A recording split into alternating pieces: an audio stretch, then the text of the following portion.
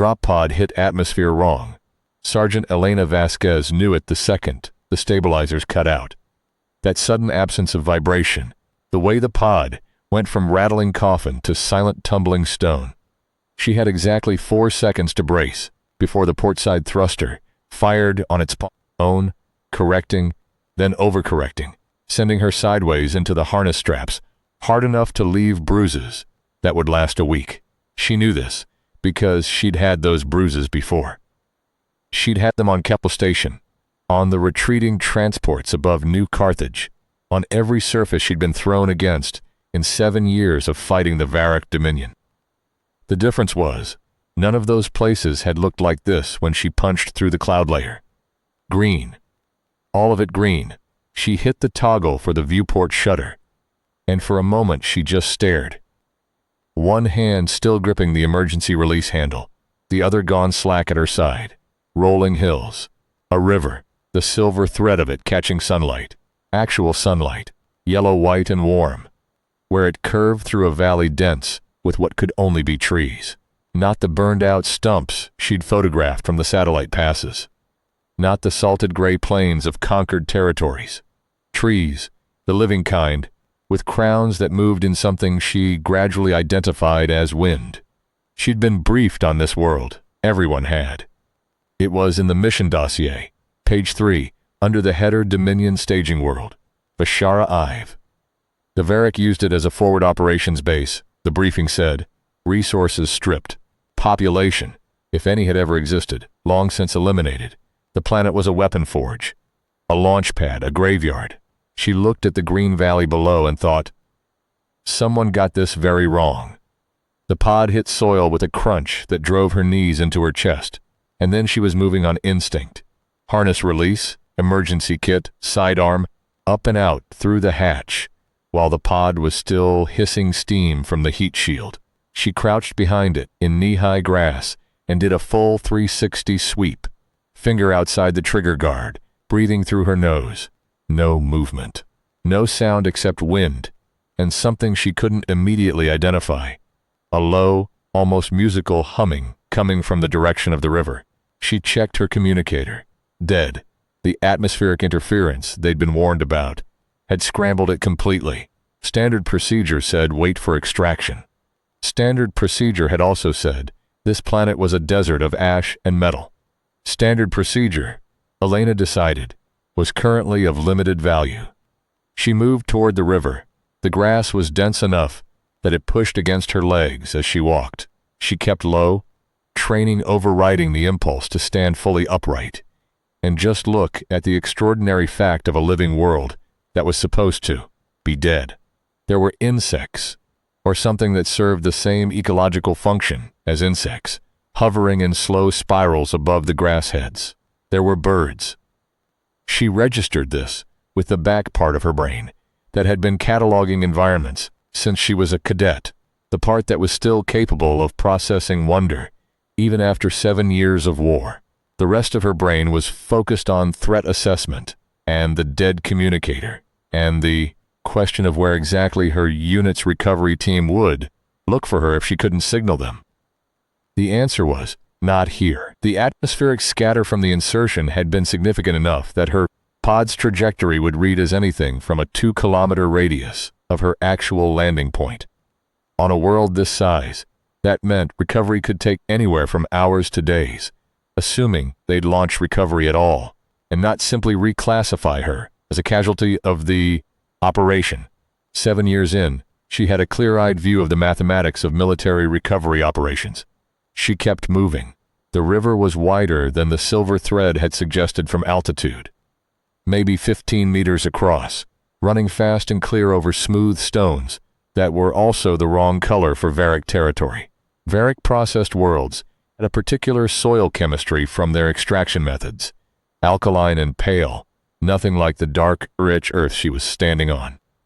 She crouched at the bank and ran the water through a filter tab from her kit. The result, potable, not just survivable, genuinely clean water, with a mineral content that suggested undisturbed geological processes. A world that had been left alone. A world that had been left alone and had been alive to be left alone in. She stayed at the bank for a moment, listening. The humming was closer now. She could feel it faintly in her sternum. Not unpleasant, the kind of resonance that suggested something large. She scanned the tree line upstream and found nothing. She scanned downstream. She found him 12 minutes later. The alien was crouched beside the bank, 100 meters downstream, one of its upper limbs submerged to what might have been an elbow, and it was very large. Not in the way the combat form Varrock were large. Those were built like siege engines, armored and angular, designed to project threat through sheer mass. This one was large the way certain trees were large, dense and purposeful, its bulk suggesting depth rather than aggression. Its outer casing was dark, textured, the color of deep water, with faint iridescent undertones she'd never seen on Varrock biology. The 4 eyes, arranged in a shallow arc across what she assumed was its face, were amber, and they were looking directly at her. Neither of them moved. Elena had her sidearm up. The alien had nothing raised. Its submerged limb came slowly out of the water, dripping, and it held both limbs away from its body. In a gesture she recognized across species lines, as I am not reaching for anything. She'd done the same gesture herself in 3 different contact scenarios. It helped when you meant it. She took a breath, held it, let it out. I'm going to assume, she said, keeping her voice level, that you're not supposed to be here either. The amber eyes tracked to her weapon, then back to her face. It spoke. The sound was nothing like standard Varrock vocalization. That was a buzzing, mechanical thing, filtered through a translation matrix that made every sentence feel like a machine reading a shopping list. This was different. Lower registers, with something almost rhythmic in it. The kind of sound that might have been music in another context. It rose and fell, with the quality of language, rather than the flat assertion of the Varrock's translated directives. She found herself paying attention to the shape of it, the way she'd pay attention to a terrain feature. Trying to find the logic underlying the form, she shook her head slowly. I don't have a translator. She tapped her ear. The communicator was a dead weight against her skull. The alien watched this. Then it did something she absolutely did not expect. It sat down. Not a combat crouch, not a defensive posture. It simply folded itself onto the bank of the river and looked at her with those amber eyes, and waited. The patience of it was extraordinary.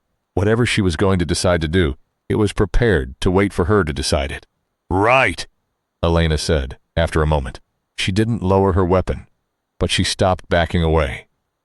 She stayed where she was for another 30 seconds, running through every threat, assessment, parameter she'd been trained in. The size was a concern, but not decisive. She'd fought things larger and stranger, and her kit included hardware calibrated for Varrock combat forms, which ran much bigger than this. The body language was not consistent with aggression. The technology at its hip, a small device she'd noted immediately, was not deployed. It had had time to deploy it. It had chosen not to. What she kept coming back to was the gesture. The limbs out, away from body, palms. If palms was the right word, presented. I am not reaching for anything. She'd learned that gesture from a first contact protocol specialist during her 2nd year of service, briefed on it as a theoretical construct because no genuine first contact scenario had presented itself. The briefing had said, regardless of species, regardless of biology, the instinct to show empty hands as a peace signal is nearly universal among tool-using civilizations, because nearly universal among tool-using civilizations is the concept of reaching for a weapon. You show you're not doing that. The logic is the same even if the hands aren't. She was looking at an alien that either knew that protocol or had independently arrived at the same logic. Either way, it had made a choice. She lowered her weapon to a low-ready position, not holstered, but down. The alien's 4 amber eyes tracked the movement. Then, it made a sound that she would spend considerable time in the following days trying to classify, and which she ultimately decided was something between satisfaction and relief. Right, she said again, less tensely this time. She sat down his name. He eventually communicated through a combination of drawn symbols in the riverbank mud. and a patience that she found both impressive and slightly unsettling, was something she couldn't pronounce. The sound required configurations of her mouth that she'd spent the first 3 days trying and failing to reproduce. On the 4th day, he'd watched her attempt it for the 15th time, and something in his expression, the arrangement of the facial structures around those amber eyes, suggested the alien equivalent of gentle amusement, and she'd said, "Okay, I'm calling you Shade, for the color of you," and she'd pointed at him and said it clearly. Shade. He'd looked at her for a moment. Then he'd repeated the word back, with perfect phonetic accuracy, and absolutely no inflection, which was a habit she'd come to find endearing in a way she couldn't fully account for. "Shade," he'd said. Yes, he'd tilted his head in the query posture. That meant he was processing the choice and finding it acceptable, and the matter was settled. What she'd determined in those first days, he wasn't Varric. That had taken her most of the first hour to fully accept, because nothing in 7 years of war had prepared her for the concept of a non-Varric alien. The Varric were the alien, massive, consuming, the single extraterrestrial intelligence that humanity had encountered, and immediately, catastrophically begun fighting. The Dominion was not an empire you negotiated with. It was a force of nature that stripped worlds and moved on. But Shade was not Varric. His biology was different. The iridescent casing was organic. In a way, Varric armor was not, grown rather than manufactured, and underneath the sections she'd been able to observe closely, there was complexity, variation, the marks of a body that had been somewhere and done things, and been changed by both. His technology was different, elegant where Varric tech was brutal, designed around precision rather than overwhelming force. The way he moved through the terrain was different. Not the heavy efficiency of a combat form, but something more deliberate, attentive, the movement of something that had learned to observe before it acted. And the patience. She kept coming back to the patience. The Varric didn't have patience. They had momentum. They had the inexorable quality of geological forces. Shade had something else entirely, the capacity to simply be present in a situation, without needing to dominate it, or resolve it, or make it into something he could control. He could sit on a riverbank and watch the water and be completely at rest. She found this quality both alien and, she admitted to herself, something she recognized. She'd met it before in certain kinds of soldiers, the ones who'd been through enough that they no longer needed to fill silence with noise or stillness with motion, who had learned the discipline of waiting. When the sun started lowering toward the hills and the air cooled, and Elena finally carefully sat down about 4 meters away with her weapon still within reach, Shade reached into a compartment at his side and produced what turned out to be food. He set it between them without gesture and looked at the river. She looked at the food, then at him. The food was in a container that opened without any mechanism she could identify. It simply parted when he touched it, in the way of something engineered to a higher tolerance than she was used to. The contents were arranged with an evident attention to composition, multiple distinct items, different textures, different apparent temperatures, set with the care of someone who understood that eating was not merely fuel intake. "If that kills me," she said, "I want you to know I'm going to be extremely annoyed." He looked at her. He'd been picking up on her tone, she'd noticed, even before he had words for the content. The slight irony of it. He made the sound she was beginning to categorize as acknowledgement with reservation. She ate it. It tasted like nothing she had words for, something between salt and sweetness, with a third quality she couldn't even begin to label. She was hungry enough that she would have eaten the riverbank mud, if it offered any caloric value at all. But the food was genuinely good, and she registered this with a small private surprise she kept to herself. She ate, and he watched the river, and the sun went down over the green world that wasn't supposed to be green, and for the first time in a week, Elena felt something other than tactical urgency. The word came on the 3rd day. She'd been working on language, piecing together a basic exchange matrix from repetition and gesture, and the increasing suspicion that Shade was doing the same thing from his side, that they were both engaged in the same slow, painstaking construction. She had about 40 words. He apparently had more, and was adding to them faster.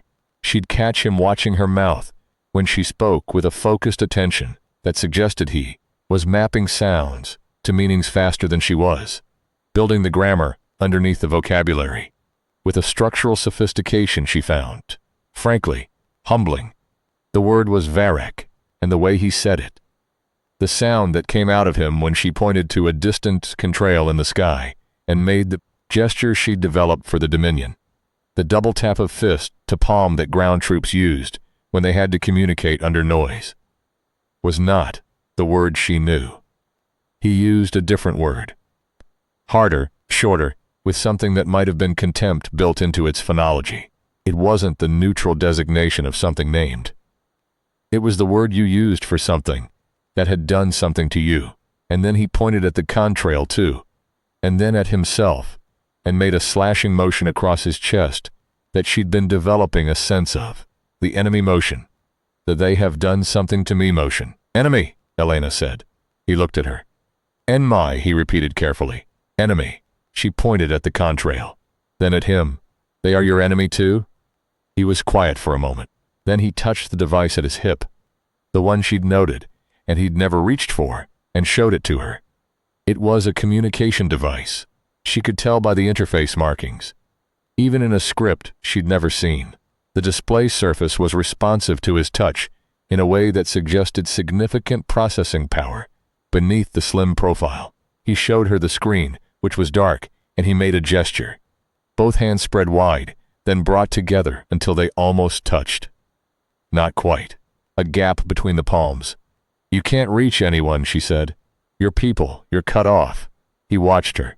She had the feeling, which she'd had increasingly in their exchange, that he was understanding more than she was saying. Not just the content, the register, the specific shade of what it meant to be cut off from your people. She held up her own dead communicator. He looked at it. Then he looked at her with those amber eyes. And for the first time since she'd found him on the riverbank, he smiled, or produced an expression that registered as a smile. The structural analog of warmth, of unexpected recognition between two strangers, who'd each assumed they were the only one lost. Elena found, somewhat to her own surprise, that she was smiling back. She learned more about the planet on the fourth day, when Shade led her to what she'd initially mistaken for an unusual geological formation, about 3 kilometers inland. Cluster of dark structures, too regular to be natural, half buried in growth that suggested decades of abandonment. Not Varek construction. Something else entirely. She touched the surface of wall and felt the material hum faintly under her palm. Not mechanical humming. Residual energy, she realized, of a kind she didn't have instruments calibrated for. Something that had been running for a long time and still hadn't quite stopped. The surface was smooth in the places exposed to weather, finely worked in the places sheltered by overgrowth, and the color was that same deep iridescent tone she associated with Shade himself. These are yours, she said. This was yours. He placed one large, careful hand against the wall beside hers. The hum intensified briefly, like a recognition response, and then subsided. He kept his hand there for a moment after it subsided. She noticed this. This was our. He paused. She'd been teaching him words, and he'd been retaining them at a rate that she'd stopped being surprised by. Our first place. Here. Your first settlement on this planet. He thought about how to answer that. Not this place. He made the gesture she'd come to understand as mirror, reflection, parallel. The idea of two things sharing a structure. Place like this. But, the slashing motion, his enemy. They come, we leave. You were here before. She looked at the structures. The growth had had decades to work itself into the seams, and the result was not such a ruin as a reclamation, the planet taking back what had been built on it. The Varek drove you out. He was quiet in the way that meant yes, but complicated.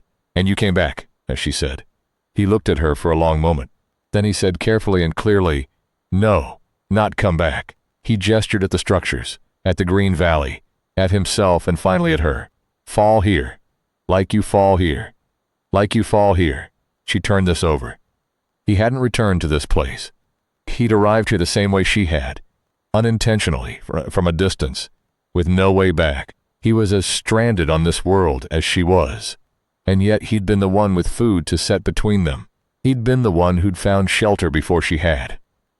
He'd been the one to sit down on the riverbank and wait for her to make the next decision, giving her the space to do that rather than forcing a resolution. Elena sat down on the base of one of the dark walls and looked at the valley spread. Below the rise, the river catching afternoon light, the improbable living green of a world that had no business being what it was. Tell me about your people, she said, in the limited vocabulary they shared. He sat down beside her, not 4 meters away, as she'd maintained for the first 3 days, but 2 meters, a deliberate reduction in the that she registered and chose not to correct. And, on the 6th day, she found the body. It was human, which was wrong in too many ways to immediately process. Human, in full colonial security armor, 3 kilometers from any location she'd been able to identify as a Dominion presence on this world. The armor was Alliance marked. Her own side, the distributed collection of governments and coalitions that had been bleeding itself dry against the Vorek for 70 years. The insignia on the shoulder plate was one she recognized instantly and viscerally. 14th Expeditionary, the unit currently assigned to this sector. Her unit. The armor had been breached at the chest. Something had punched through it from the front with precision. The entry shape was wrong for Varric weaponry. Their destruction was pressure-based. Area denial, not this. This was a single point of entry, perfectly placed. The result of something that had known exactly where to put one hit, and had been close enough to do it. The defensive scuff marks on the forearms suggested the soldier had tried to fight before the final hit. Not successfully, and not for long, but they had tried. She stood over the body for a long time and ran through her training on forensic assessment of combat deaths, and found that her training was adequate for the physical analysis, and completely inadequate for the emotional fact of it. She'd lost people before. The specific grief of that, the particular weight of a known face not moving, was something she'd carried for years. This was different. A person she hadn't known, whose name she'd have to find in a personnel manifest, who had come to this world for reasons that were starting to feel deeply suspect, and had died here before they could figure out what those reasons actually were. Shade found her there. He was quiet for a moment, reading the scene the way she was, and then he crouched beside the body and examined the wound with careful professionalism. Not detachment, but the specific focused attention of someone who had learned to look at terrible things without looking away. "You know what did this," Elena said. It wasn't a question. He looked up at her. Something in his expression had changed. Not the equanimity she'd gotten used to, but something beneath it, older and harder, the thing that the equanimity was built on top of. "Yes," he said. "Is it still here? On this planet?" He was quiet. "Shade, yes," he said, "is here."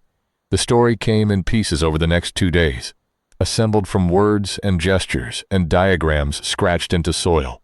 And by the time Elena had it built into something coherent, it sat in her chest, like a stone.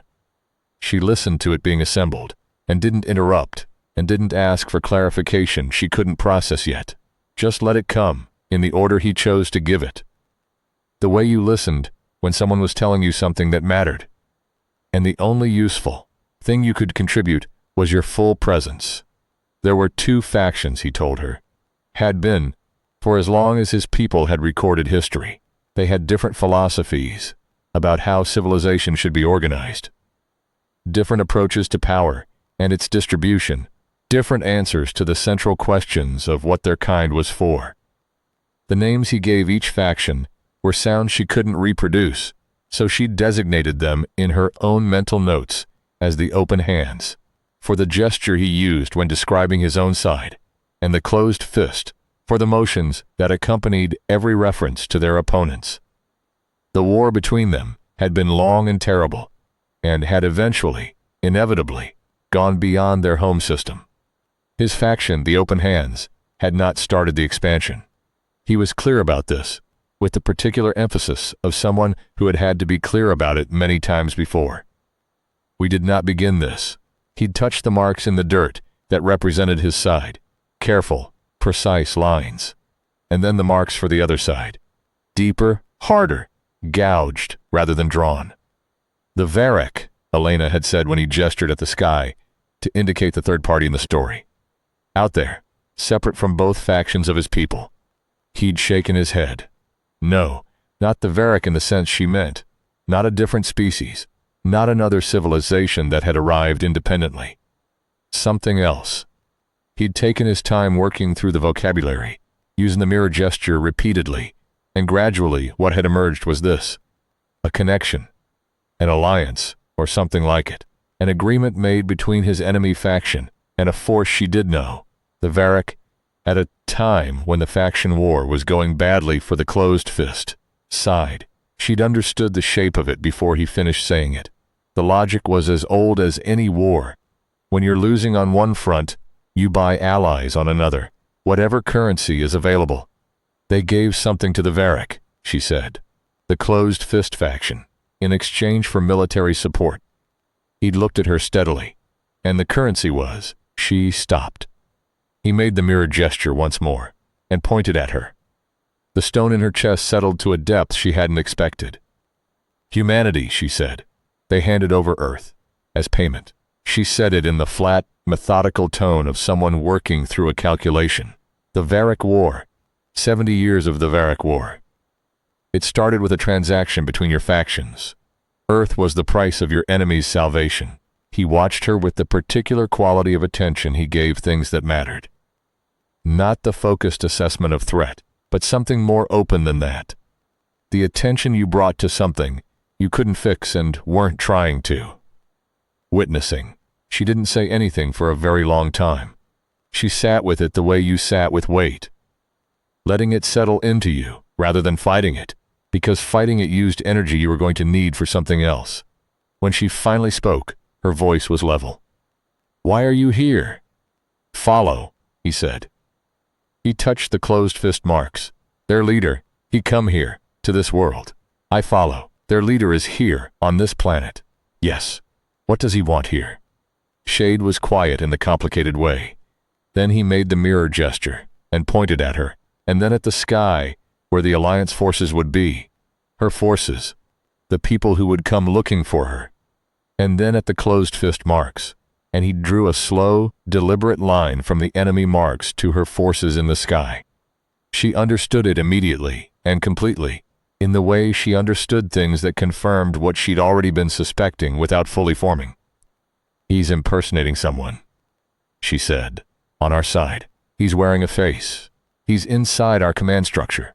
Shade reached into a compartment at his side and produced the flat device with the glassy surface that lit when he held it.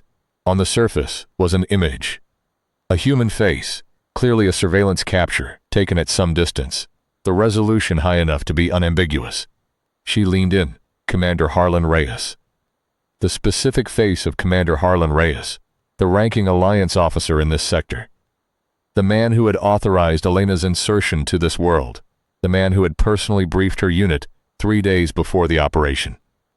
The man whose briefing she'd sat in and found, as she always found it, both adequate and more human than the briefing formats usually allowed. The habit he had of making the operation real, of naming the stakes in terms that didn't abstract the people involved. She looked at the image for a long time. "This is who he's pretending to be," she said. Shade nodded. "And this is who you followed here to stop." "Yes." Elena looked at the image again. She looked at the body of the soldier, from her unit in its breached armor. She looked at the dead communicator on her ear, and the living world around her, and the amber-eyed alien crouched in the dirt, who had arrived here the same way she had, and who had set food between them without gesture, and taught her 40 words, and told her the truth about the worst thing she'd ever learned. "Okay," she said. He tilted his head in the query posture. "Okay," she said again, with the specific finality of a decision made. Tell me everything. They spent the night before moving on the base reviewing everything. Shade had. His device held more than she'd initially understood. Not just the image of Reyes, but a full record of the impersonator's movements, cross-referenced with Alliance operational logs that he'd been monitoring through channels she couldn't trace. She looked at the logs and thought about the 7 soldiers whose names appeared in the casualty reports from this sector over the last 5 days.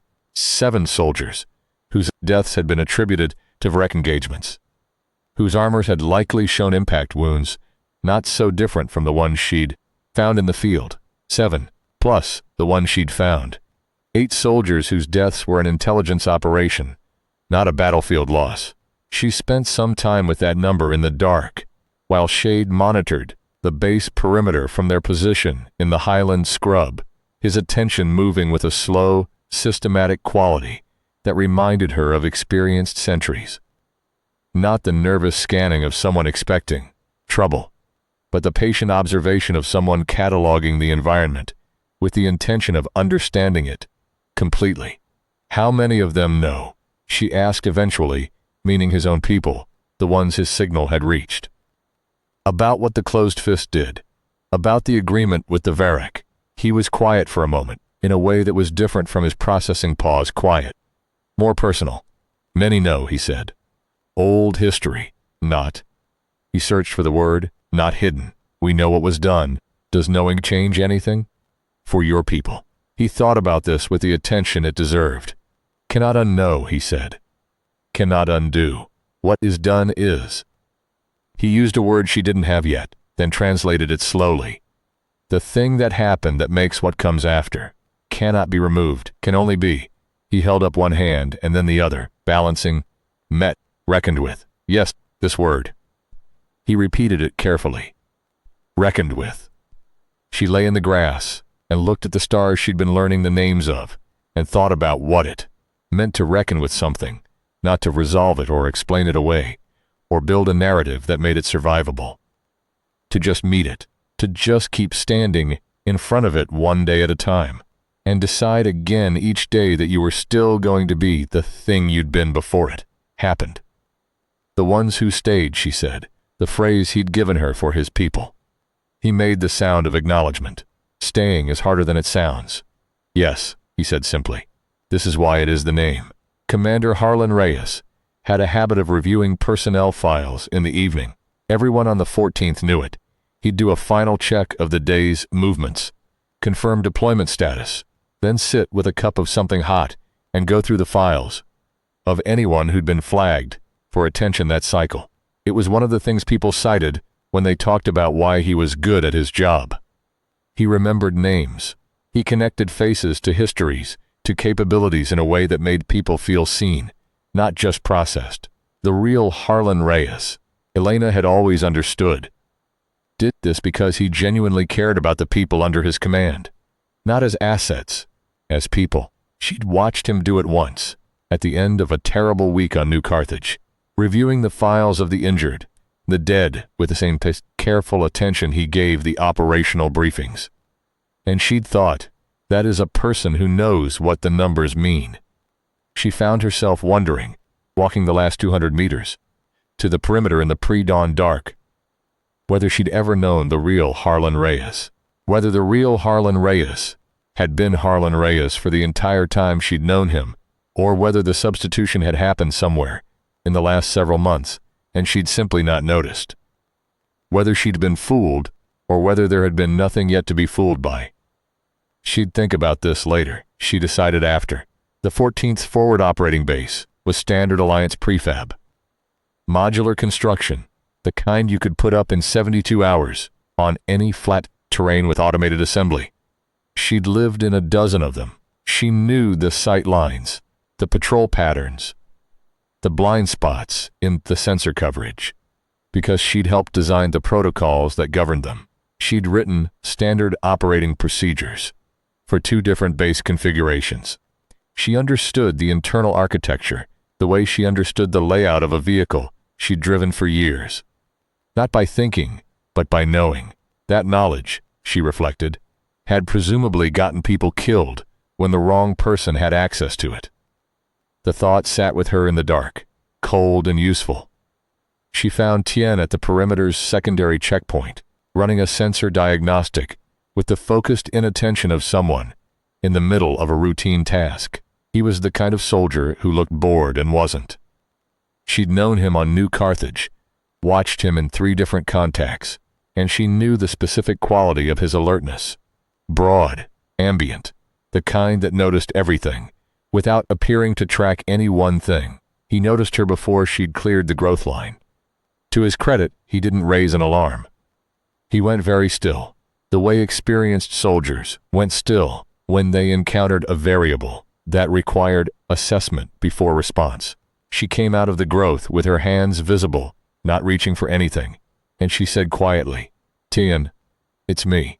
I need you to listen before you do anything." The rest played out in 90 seconds. She watched his face as she gave him the compressed version. The green world, shade, the image on the device, the body in the field, the understanding of what Commander Reyes was. And she watched him do what she'd watched him do on New Carthage, under incoming fire. File information into carefully labeled folders, with a speed and accuracy that was one of his most useful qualities. When she finished, he said, "The commander's been running comms through a separate protocol for the last 5 days. We thought it was operational security. It wasn't." "No." He exhaled slowly. "What do you need?" "I need to know where he is, right now." "Evening review, command module. Another 40 minutes probably. Who's with him?" "Okafor's on communications tonight." She thought about Okafor. 6 years in the 14th. The kind of competence that existed below the level of attention, because it never failed. And things that never fail don't get noticed. "Okafor's clean," she said. Tien didn't argue. He'd worked with Okafor too. They went in through the secondary access panel. The command module was lit amber against the dark, which Elena registered as an obscured coincidence and filed away for later consideration. She and Tien came in from behind the workstation array. Okafor was at the communications terminal, running a diagnostic she could parse over his shoulder, and the commander was at the far end of the module with his back to them, a cup of something steaming at his elbow, a personnel file on the screen before him. Everything was exactly right. The posture, the set of the shoulders, the particular quality of focus. Not tense, but directed. The attention of a person doing something that mattered to them. She'd seen that posture across a briefing table, at the front of a room, in a corridor outside a medical bay. She'd read it as characteristic. She'd trusted it. Everything except the file. The file open on the screen was Elena's own. She'd processed enough intelligence work to know what she was looking at before she'd fully registered it, what she was looking at. A targeting document, movement patterns, known associates, tactical capability assessment, psychological profile notes, the architecture of surveillance aimed at interception. The kind of file you built when you needed to anticipate how someone was going to come at you and wanted to already be there when they arrived. He'd known she'd survived the insertion. He'd been building for this. "Okafor," she said. He spun. His hand went to his weapon and stopped when he registered who she was. He registered Tien behind her, took in the posture and context, and his hand came away from the weapon completely. He was reading the situation. She could see him doing it, not slowly. The commander turned slowly. She'd met the real Reyes on New Carthage, during the 2nd year of that campaign, when the 14th had been held in reserve, and Reyes had run 6 briefings in 5 days, on a deteriorating situation that he'd been honest about even when honesty was harder than reassurance. He'd told her once, when she'd stayed after a briefing to ask follow-up questions, that the hardest part of command wasn't the decisions you made under pressure. It was the decisions that looked safe, the ones that came apart slowly while you were watching something else. The face looking at her now had Reyes's eyes. It had his jaw, the exact degree of fatigue he carried in the corners of his mouth, the specific set of his brow when he was surprised. It had all of it. Whatever technology sustained the projection was extraordinary, detailed enough to carry micro-expressions, subtle enough to pass inspection under operational stress, good enough that it had been operating in close quarters, with people who'd known the real Reyes for years. But the expression behind the face was not Reyes's expression. The real Reyes, caught off guard, went still and assessed. What looked at Elena now through Reyes's face had something older and colder in it. Something that had been calculating since the moment she'd come through the panel and was already 3 moves ahead, running the numbers on outcomes. "Vasquez," it said, in Reyes's voice. "You look like hell. I've had a hard week. I can imagine." It hadn't moved toward a weapon, 3 moves ahead. "I was concerned about your insertion. Atmospheric scatter made it difficult to track your pod. Not so difficult you didn't have time to build a target package on me." A pause. Then something shifted in the face. A decision being made. The calculation arriving at its answer. The warmth drained out of the expression. It didn't become monstrous. It became simply empty. Which was in some ways worse than monstrous. The face of something that had been performing warmth as a function and had turned the function off. "You found Drathsor," it said in Reyes's voice, but without any of Reyes's inflection. "If that's his name. Did he tell you everything?" "Enough." She kept her sidearm steady. "Where's Commander Reyes?" "Alive. Suspended. He'll survive indefinitely in that state." It looked at her without urgency. "You can't hold me here. You know that. I know that the second I start talking on an open channel. You're going to have 47 soldiers between you and everything you came here to accomplish. I've been in this unit for 3 years. These people know my voice. And when I explain that you've been alone, on an alien world for a week, with an entity whose agenda you don't fully understand, something that was almost reasonable in its tone, that you may have been compromised, manipulated, fed a story calibrated to produce exactly this outcome," she held his gaze. "It's a good story," it continued. "Sympathetic alien, shared enemy, the grand revelation about the old war. All of it true, incidentally. I don't recommend lying when the truth is more disabling." "Did he tell you about his world? The devastated earth of his universe, the billions gone, the long catastrophe of his civil war?" "He told me, and you believed him." "I did. Because he was kind to you. Because he fed you and built a vocabulary with you, and sat beside a river and taught you to read alien stars, and you assigned him trustworthiness based on those small signals, because that is what your species does. You build attachment from proximity and shared experience, and a few gestures that crossed the species gap, and you call it trust. Something close to genuine interest in the empty expression. Humans, the weight you give to small kindnesses. I've studied your species at length, and it never stops being remarkable." Elena thought about shade on the riverbank, the food set between them without gesture or expectation, the diagrams in the dirt, the mirror gesture, done again and again, with a patience that never once asked for recognition. The evening on the Highland scrub, when he'd pointed at a star cluster, and she'd given the stars their human names, and he'd said them back, quietly, with a care that had nothing to do with intelligence objectives. "Yeah," she said. "It is." She hit the open channel switch on the comms panel, without looking away from the commander's face. "This is Sergeant Elena Vasquez, 14th Expeditionary, Authentication Code 7477, Bravo Lima. I am in the command module with an entity impersonating Commander Reyes. All personnel converge on command module. Real commander is alive, suspended, secondary thermal bay. Start there. Not a drill. Vasquez out. 2 seconds of silence. Then the base came alive. It moved fast when it moved. Faster than Reyes would have moved. Faster than a human body could move with that kind of consistency, because the body it was wearing was not quite calibrated for emergency response at full capacity. She saw the seams in the projection first. The way its hand reached for the weapon at Reyes's hip, and the fingers didn't close around.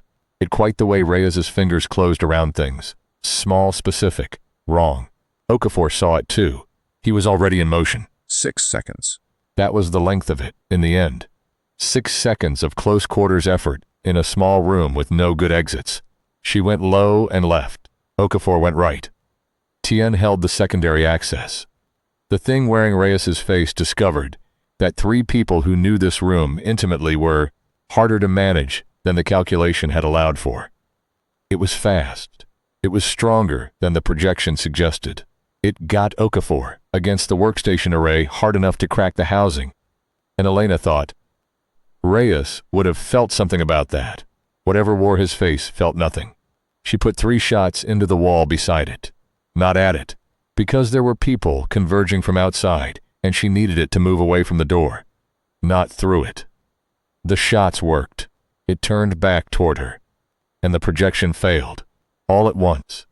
Reyes's face and body collapsing into something taller and stranger, the technology burning through its reserves in one spasm, and leaving behind what had always been there.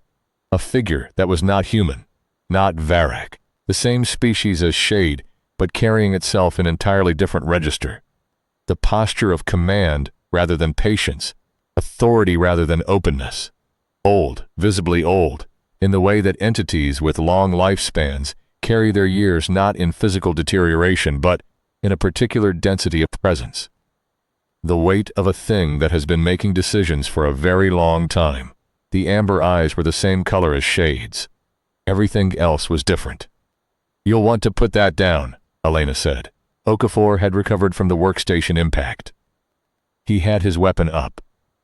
He was looking at the thing that was not Commander Reyes with the expression of a person assimilating information on an extremely compressed timeline. "Vasquez," he said. "Is this?" "Yes," she said. "It is." The soldiers came through both doors 40 seconds later. They found the real Commander Reyes in the secondary thermal unit bay, suspended in a preservation field that was operating exactly as advertised. He was alive and undamaged and unconscious, and entirely unaware of any of it. He came around slowly, the disorientation of deep suspension taking several minutes to clear, and the first thing he said when his eyes focused on Elena was, in precisely the voice of a man who has been through difficult things and expects this to continue, "Report," she reported. It took a while.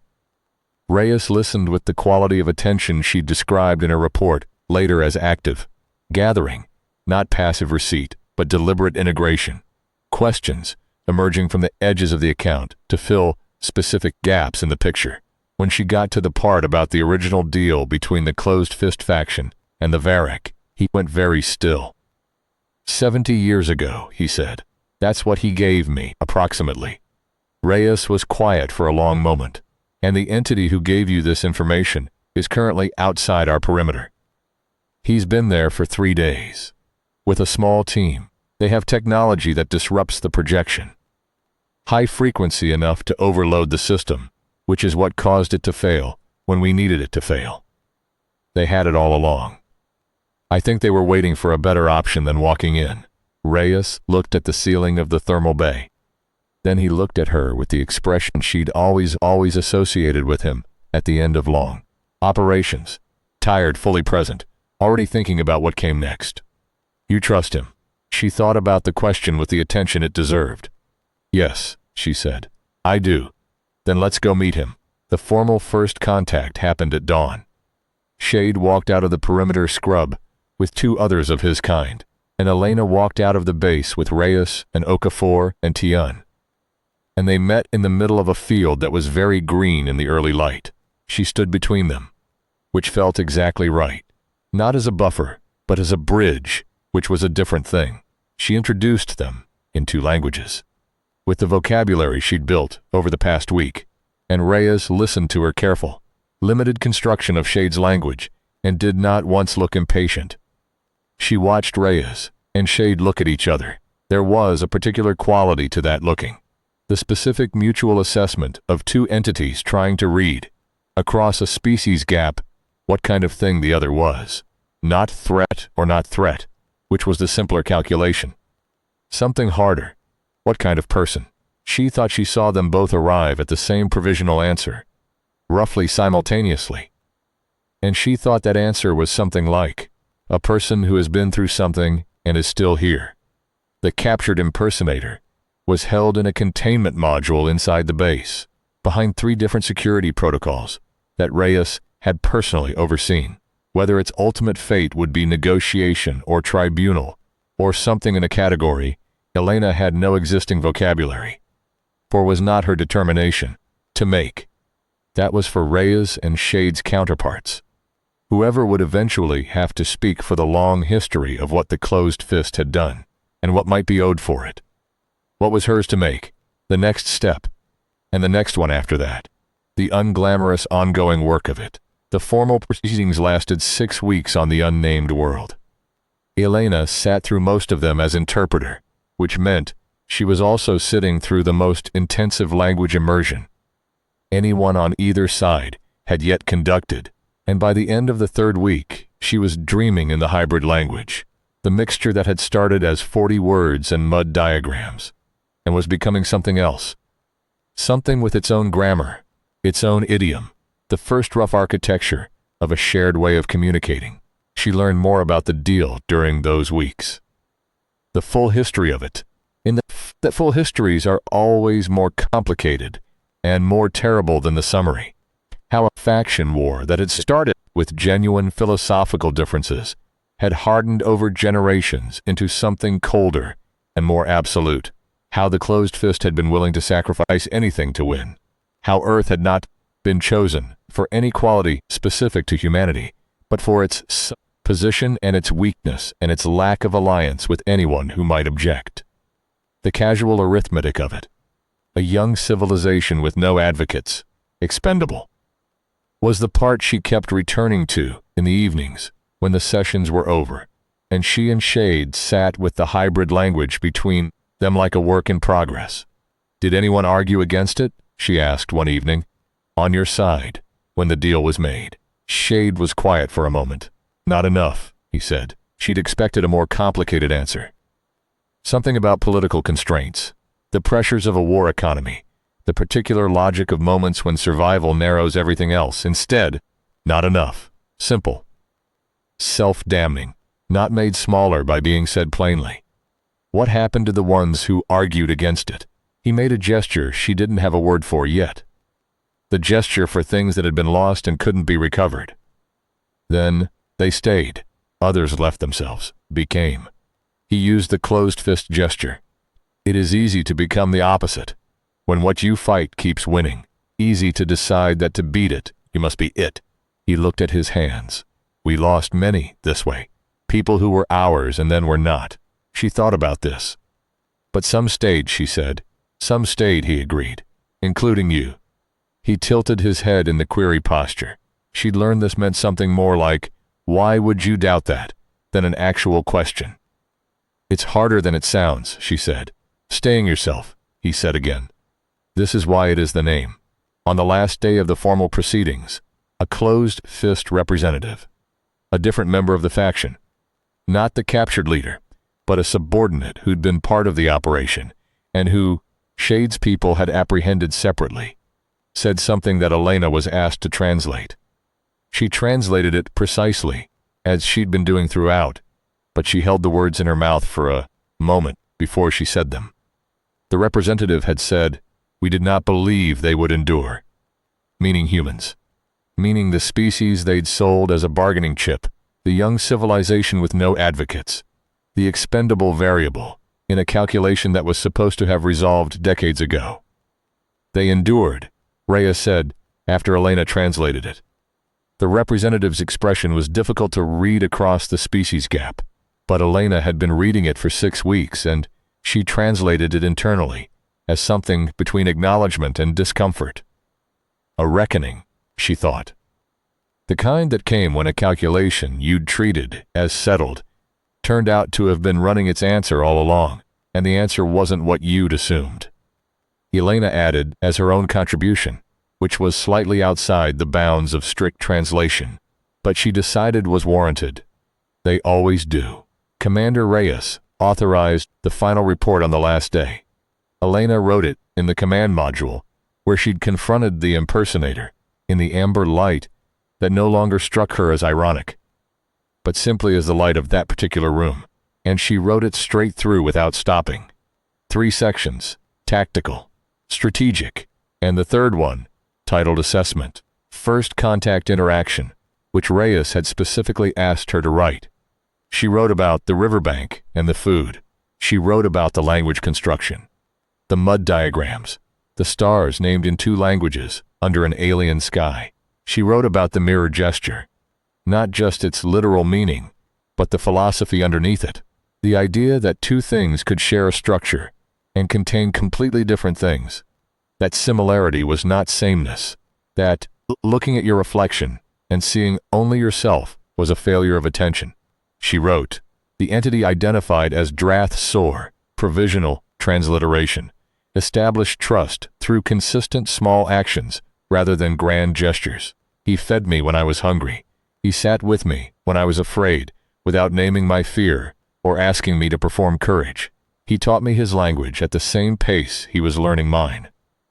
He told me the worst truth I have ever been told, in a manner that respected my capacity to receive it and make my own decisions about it, she wrote. In 7 years of this war, I have been trained to identify threats. I have become proficient at it.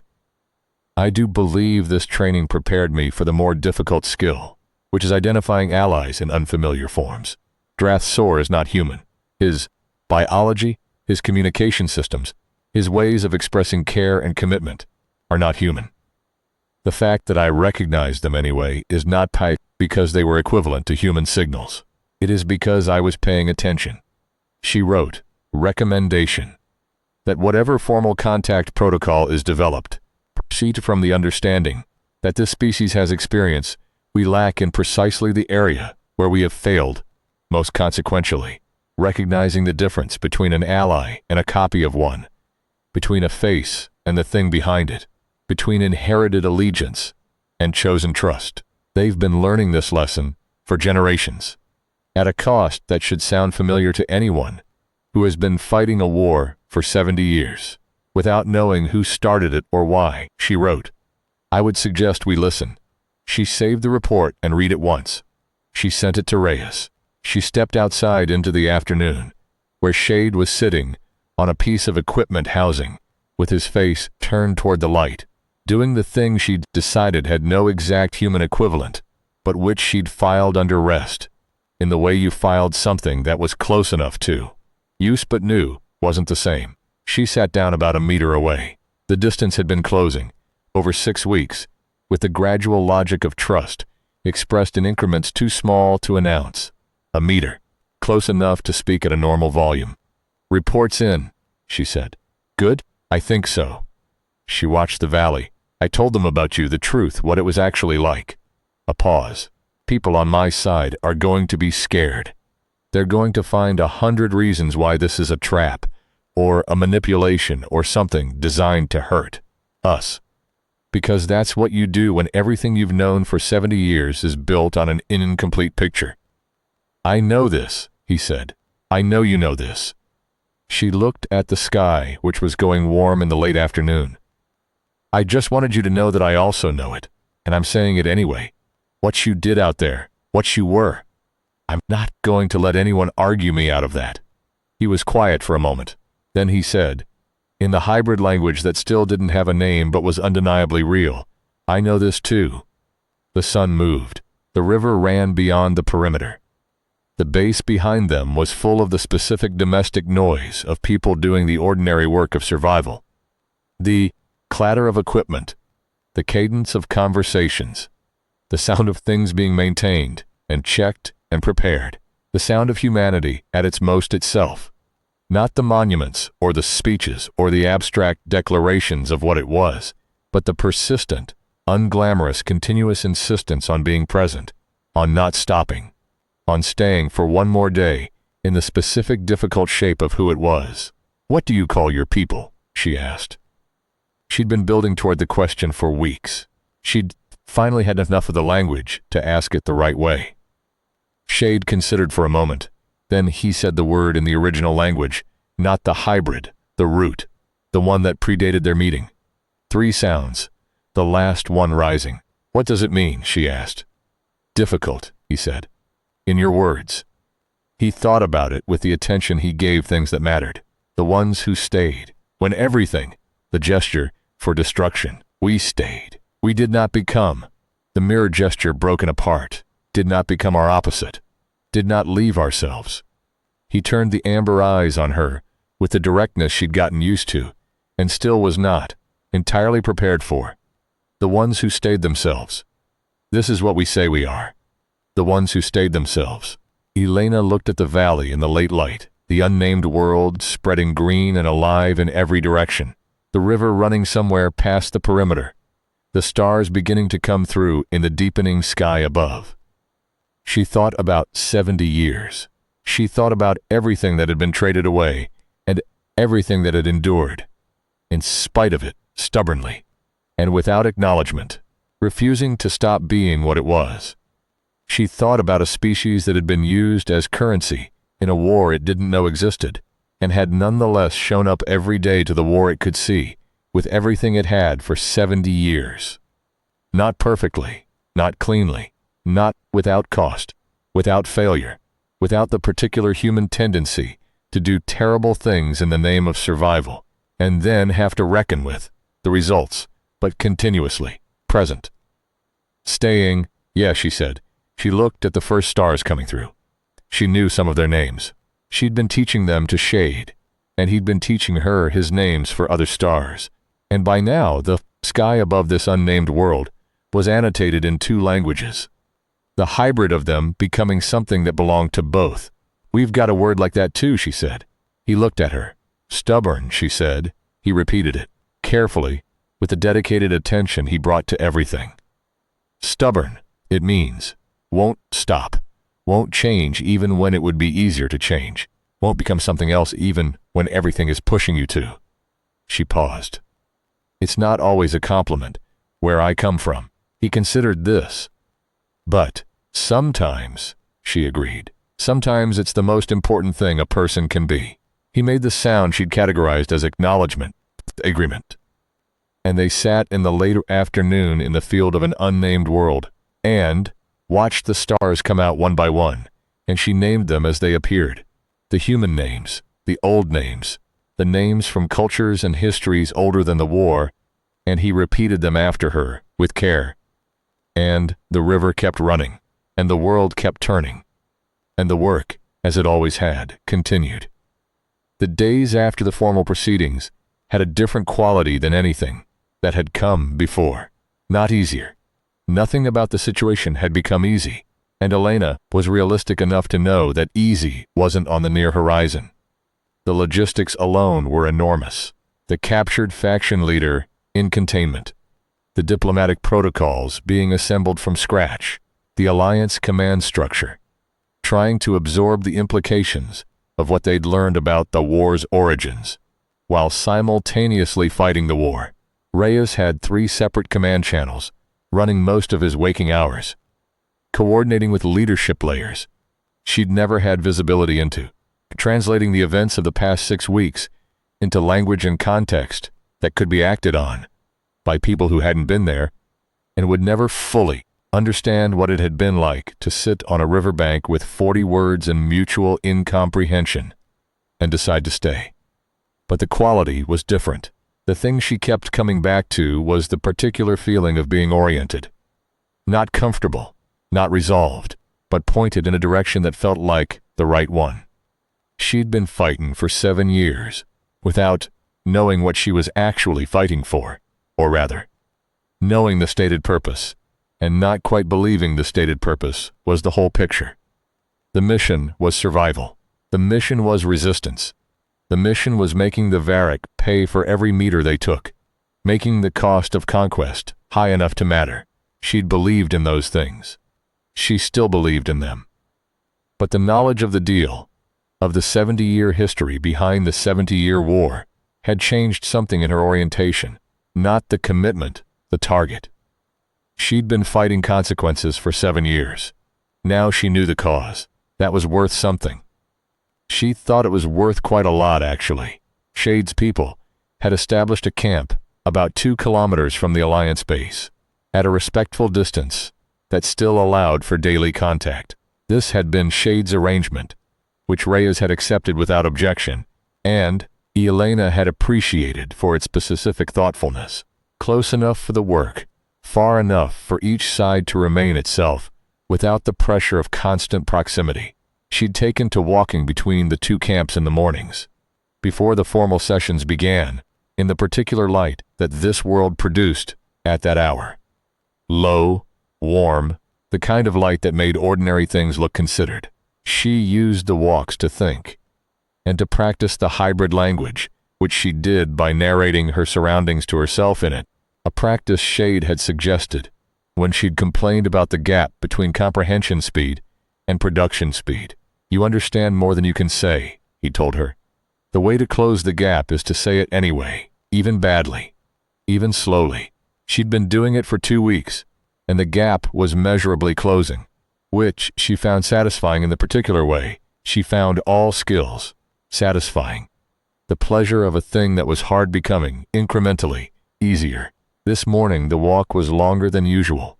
She'd taken a route that looped past the abandoned structures, the old settlement half reclaimed by the living planet, because she'd been going back there periodically. Not for any tactical reason. For the reason you went back to places that had been important to stand in them again, and let them continue to mean what they meant. She sat on the base of the same wall she'd sat on the first time, when Shade had sat beside her, 2 meters away, not 4, and begun the first attempt at the story of his people. She looked at the valley. The river caught the morning light the same way it always did. The grass moved in the early wind. She thought about her mother, which she didn't often let herself do. Her mother had been a historian. Not a military historian, not the kind of historian who studied wars, but a social historian, the kind who studied what ordinary people had done with their ordinary days across centuries. Elena had grown up in a house full of primary sources, letters, diaries, accounts of small lives that had added up collectively to the texture of a period. Her mother had believed that history was mostly made by people trying to get through their days without catastrophe, and that the catastrophes, the wars, the revolutions, the large named events, were superimposed on that ongoing process of getting through. The ordinary life, her mother had said once, to someone at a dinner Elena had been too young to follow, and had remembered anyway, is the point. The catastrophe is the interruption. People keep confusing which is which. Elena had been fighting an interruption for 7 years. She thought about what it would mean to stop fighting the interruption and start building the point. Not yet. Not while the Varric were still stripping worlds and advancing on every front where the Alliance was trying to hold them. But eventually, the knowledge of eventually felt different now than it had felt 6 weeks ago, when eventually had been theoretical, when the thing it eventually pointed toward had been formless. Now it had a direction, a set of coordinates. She got up from the wall and walked back toward the camp. The morning was very clear. The birds, or the bird equivalents, the things that filled the ecological role without being the same thing, were making their noises in the tree line, and she'd learned some of those noises over the weeks. In the way you learned the ambient sounds of a place you'd been long enough to have expectations about. She knew which call meant the morning was progressing normally, and which one meant there was something moving in the trees. This morning it was the normal one. She arrived at Shade's camp to find him in conversation with 2 members of his team, something technical from the body language. Instruments out. A display showing data she couldn't parse at this distance. He saw her and made the acknowledgement gesture without interrupting the conversation, which she'd come to read as the specific trust of someone who knew you would wait and didn't feel the need to pause everything to prove the trust. She sat on a convenient flat surface and watched the camp activity and waited. The instruments were, she eventually understood from context, showing the signal patterns from the Varric forces in the sector. Shade's people had been tracking them throughout the formal proceedings, continuing the intelligence work that had apparently been ongoing for some time before she'd arrived on this world. The Varric, it turned out, had no particular awareness that the faction war between Shade's people had been going on for some time. They'd treated the Closed Fist faction as a useful tool, not as a civilization with its own agenda. This was, Shade had explained with the same quiet directness he brought to uncomfortable truths, the nature of the agreement. Tools were used and discarded. The closed fist had believed they were buying a military alliance. What they'd actually bought was a lease on the Varric's current objectives, contingent on being useful, which contingency had a finite duration. They knew, Elena had said, when she'd understood this. The closed fist knew the Varric would eventually turn on them. Yes, Shade had said, and they made the deal anyway. When the only path you can see is forward, you stop looking at where the path ends. She'd thought about that for a long time.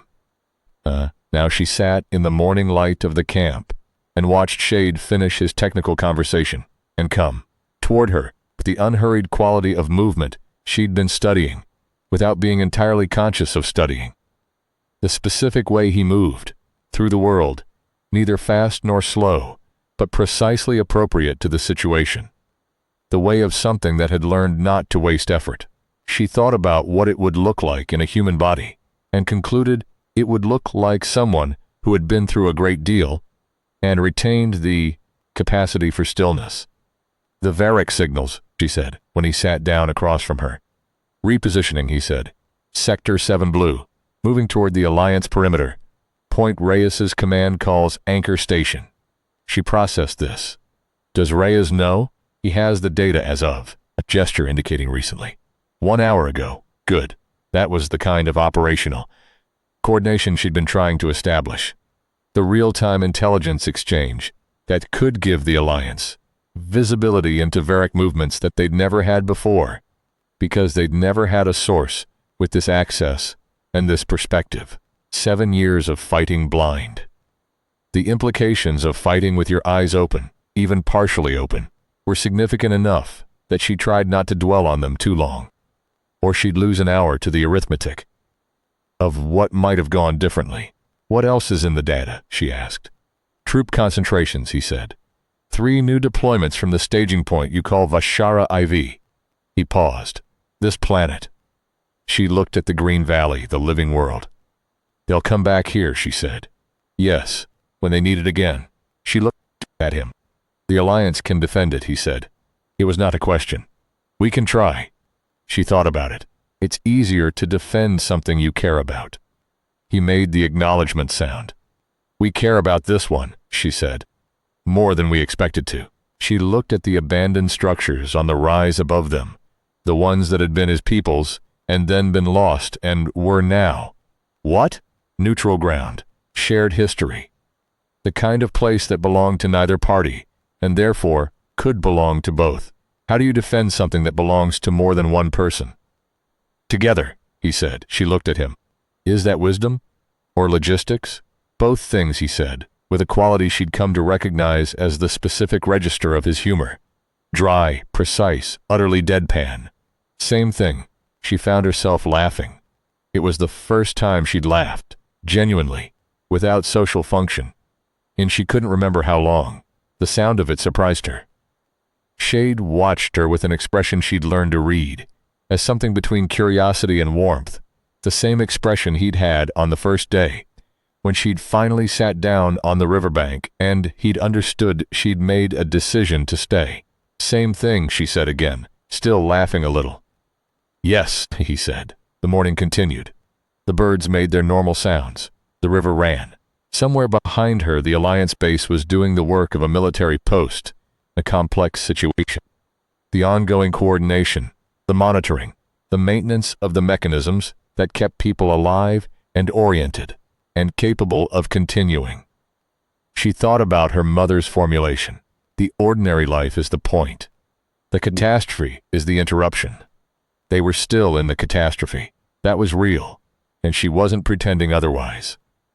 But sitting in the morning light of an alien camp, with a hybrid language in her mouth and 47 soldiers who knew her voice, and a commander who'd listened when she'd needed him to listen, and an alien with amber eyes who'd taught her to read stars she'd never seen before. She could feel the shape of the point, the thing that the catastrophe was interrupting. It was worth fighting for, not as an abstraction, specifically, particularly in the granular detail of what it actually was. She stood up. I need to get to the session, she said. I will walk, he said.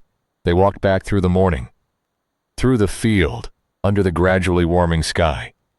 She narrated the path to herself in the hybrid language, naming the things she passed, the grass heads catching light, the dark bulk of the tree line, the river heard before it was seen, the structures on the rise with their residual hum, the Alliance base coming into view with its specific colors and shapes that had become familiar. Home, she thought, and was surprised. Not in the sense of origin.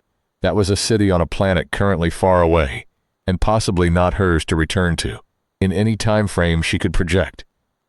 But in the sense of the specific, accumulated weight of a place you'd been through something in. The place where you'd learned a thing that changed you. Home in the only sense that mattered for a soldier. The people, and the work, and the deliberate daily choice to keep being there. The session began at 9. She was ready. 3 months after first contact, Sergeant Elena Vasquez was promoted to the position Reyes called, in the memo he sent to command. Primary Liaison, Alliance Drath Sor Cooperative Intelligence Initiative. A title that she was almost certain Reyes had invented specifically for the situation and which had no precedent in Alliance organizational structure. Is that a real job? She'd asked him. It is now, he'd said, with the slight curve at the corner of his mouth that served him as a smile when circumstances didn't allow for a larger one. The work was what it sounded like. The ongoing, daily, unglamorous labor of building the bridge. The language, the hybrid she and shade had started on a riverbank in 40 words and mud diagrams, was now being formalized into a training curriculum. She was teaching it. Shade had counterparts teaching it on his side. The intelligence initiative was producing actionable data on Varric movements at a rate that had, in 3 months, shifted the defensive picture on 4 Alliance operational fronts. People were alive who wouldn't otherwise be alive. Worlds were holding that had been written off. None of this appeared in any headline. It appeared in the quiet arithmetic of operational reports, in the specific relief of commanders who'd gotten advance warning instead of tactical surprise, in the breathing room of a war that was still terrible, but was beginning to become something other than simply inevitable. That was enough. Elena had learned over 7 years to measure success in the unglamorous units. The things that didn't make it into the accounts, the small kept things. She and Shade had continued the evening practice of reviewing the day in the hybrid language, even as the language had grown far beyond its origins. Even when there was nothing formally to review, they'd find something, a new word, a point of grammar, a concept that had a name in one language and not the other, the ongoing translation of the things that sat between languages and required both to say accurately. Your word for it, she said one evening, about something she'd been trying to say in the hybrid and kept finding inadequate. The thing that happens when you've been through something and you're still here, on the other side of it. He thought about this carefully. We have 2 words, he said. One for when you came through it the same. One for when you came through it changed. Which one do you use for yourself? He looked at the evening sky, going deep and dark above the unnamed world they'd both fallen onto by chance, and chosen, incrementally, to stay on. Changed. She nodded. Me too. They sat in the changed and still hear of it, the way you sat with things that were true and didn't need to be explained further. The stars came out. She named them as they appeared. He said them back. The war didn't end in a moment. Elena had never expected it to. Wars like this one, 70 years in the making, spanning multiple civilizations worth of culpability and consequence, didn't end in moments. They ended in the accumulation of enough small turning points that the direction became irreversible. She'd read enough of her mother's histories to know the shape of this. You rarely recognized the hinge when you were living through it. You recognized it later, looking back, when you could see which of the 100 things that happened had been the one that mattered. She thought the riverbank might have been the hinge. Or not the riverbank exactly. The moment before the riverbank, the 4 seconds of a drop pod going wrong, and a viewport shutter opening to green, where there was supposed to be gray. The moment of wrongness that had turned out to be rightness. The world that had been labeled a graveyard that was alive. She thought about the first morning after she'd found shade, waking in the alien grass, with her weapon against her side.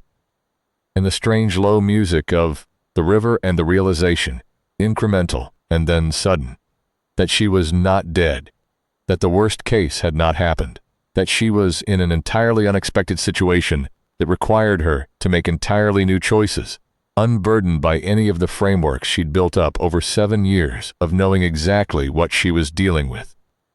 That unburdening had felt, initially, like exposure. Like all her defensive structures had been removed, and she was standing in the open air with nothing between her and whatever came next. It had been terrifying in a quiet way, the particular terror of the unfamiliar, of not knowing the rules, and then, incrementally, and then suddenly, it had felt like something else. Like the specific freedom of a situation in which the old categories didn't apply. The war didn't come with her to the riverbank, not in the way it usually came with her. Inside her chest, pressing on every decision, what came to the riverbank was just her, Elena Vasquez, Sergeant, 14th Expeditionary, 6 years of hard service, 3 years of loss she hadn't finished processing, and one large alien, with amber eyes, who had sat down in the grass and waited for her to decide. She'd decided. She still thought that decision, that specific moment of lowering her weapon to low ready and sitting down on the riverbank, was among the better decisions she'd made in 7 years of fighting. Not the smartest, not the most technically correct, the most human, maybe, the one that had depended on the specific, irreplaceable human quality of choosing to pay attention to what was actually in front of her, rather than what she'd been told to expect. The ones who stayed themselves. She thought about that phrase in the months that followed, turning it over like something she was still trying to understand from all angles, what it meant to stay yourself through circumstances that pushed against yourself, what it meant to endure without becoming the thing you were enduring against. To be hurt without becoming the hurt, to face a closing world without closing in return. To keep the openness that made you vulnerable, because the openness was also what made you capable of the things that mattered. She'd seen humans fail at this. She'd seen them succeed at it. She'd been in both categories herself, at different points in 7 years. The war had a way of simplifying you, of burning off the complexity and leaving something harder and narrower. She'd felt herself narrowing at various points, felt the specific temptation of simplicity, to stop holding the difficult truths and just hold the weapon, to stop asking why and just deal with what was in front of her. She'd managed not to let herself narrow all the way. She didn't know if that was character or circumstance, or some combination of the two. She suspected it was luck, partly, the luck of meeting people who hadn't narrowed, who kept pulling her back toward the complicated version of herself, who modeled what staying yourself looked like in practice. Shade was one of those people. In the months after the first contact, watching him navigate the enormous complexity of what had been set in motion, the formal negotiations, the intelligence cooperation, the ongoing reckoning with the history his people's enemies had made.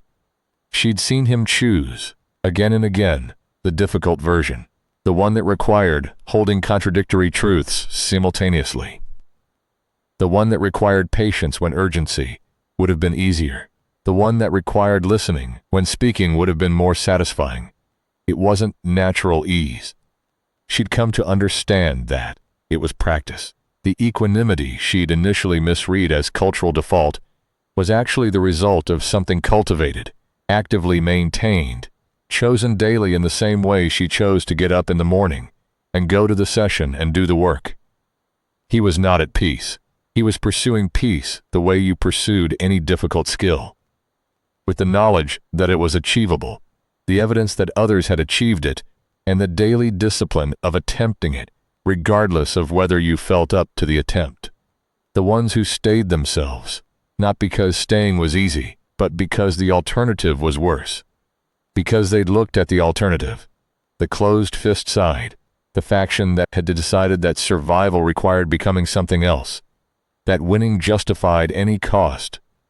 And they'd seen where it ended, and they'd decided, not that, whatever it costs, not that. She thought about humanity in those months. Not humanity in the abstract, not the word on a mission patch or a political document, but humanity in the specific. The 14th Expeditionary and its 47 soldiers. TN, who filed impossible information into carefully labeled folders and then acted on it without hesitation. Okafor, whose competence was so reliable it went unnoticed, until the moment it was needed, and wasn't there, at which point you understood how much you'd been relying on it. Reyes, who remembered names, who connected faces to histories, who treated personnel files as people rather than assets, and who had surfaced from a suspension field and said report in the tone of a man who understood that there was no time to feel everything he was going to feel, but who was going to feel it later with his full attention. The specific humans of a specific unit, carrying the weight of a war they hadn't started for reasons they hadn't known, toward an outcome that was finally beginning to take shape. She thought about them and she thought, the ones who stayed themselves. That was humanity too. Not only, not always, but the thread of it running through 7 years of war, the specific refusal to become something else, to fight the Varrock and not become the Varrock, to learn that the war had been manufactured and not let the manufacturing make the war meaningless, to discover that they'd been traded away like currency and somehow stubbornly remain interested in the world. That was the human thing, not the weapons, not the tactics, not the extraordinary particular cussedness with which humanity had kept fighting against an enemy that was objectively larger and older and more prepared. All of that was true, but underneath it, the specific human insistence on caring about things that didn't require caring about, on finding meaning in situations that didn't come with meaning attached, on sitting down on a riverbank with an alien they'd never met and deciding, for no reason that could be called strategic, to stay. The river kept running, the work kept going, she kept going, and one morning, 6 months after the unnamed world had become briefly the most important place in two civilizations' histories, Elena Vasquez sat outside the Alliance base in the early light and received a communication from her mother, who was alive on a world that was still standing and who had apparently heard a very edited version of recent events through channels Elena hadn't been tracking. Her mother's message was 3 sentences. I understand you've been busy. I don't understand much of the rest of it. Are you all right? Elena thought about how to answer this. She thought about riverbanks and green worlds and amber eyes and mud diagrams and the hybrid language that didn't have a name yet and the history she'd learned and the history she was part of making and the morning light on a planet that had been labeled a graveyard and was irreversibly alive. She wrote back, I'm changed, but I'm still here. I'll explain the rest when I see you. She sent it. She looked at the sky, which was the particular color it got in the early morning on this world. The warm light coming through the atmosphere with the quality she'd stopped trying to describe in any language and had simply accepted as a fact, like the river or the birds or the amber eyes, watching the same horizon with the same attention. Your mother, Shade said, from where he'd appeared beside her with a silent approach she'd stopped being startled by. My mother. She is well. She's asking if I'm all right. He waited. I told her I'm changed, but still here. He made the sound of acknowledgement, then. This is true. Yes. Elena said, it is. She looked at the sky. He looked at the sky. The morning moved forward in the way mornings did, neither hurrying nor waiting, just being the next thing after the thing before it, the ordinary ongoing motion of a world that had decided to stay alive. The stars last night, she said. The ones in the southern formation. You gave me your word for them. Yes. I've been trying to find a translation. The word doesn't have a direct equivalent. No, he agreed. Some things only exist in the language that found them first. She thought about this. So what do we do? With the things that only have one name? He tilted his head. We learn the name, he said. We say it in the language it belongs to. We let it mean what it means. A pause. The meaning can be shared even if the word cannot be. She turned this over. Meaning without translation. The best meanings, he said, are like this. She thought about the riverbank. The food set between them without gesture. The mirror held up to show two things that were the same shape and completely different. The choice, made in a 4-second moment of drop stabilizers, an unexpected green, to lower the weapon and sit down. There were no words for that, in either language. There were only the two of them having made it, knowing what it had cost, and what it had given, and what it had made possible, sitting in the morning light of a world that had been left for dead and had refused to cooperate with that assessment.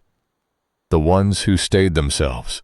She looked at the sky and named the next star that came clear in the lifting dark, and he said it back to her, carefully and completely, with everything he had.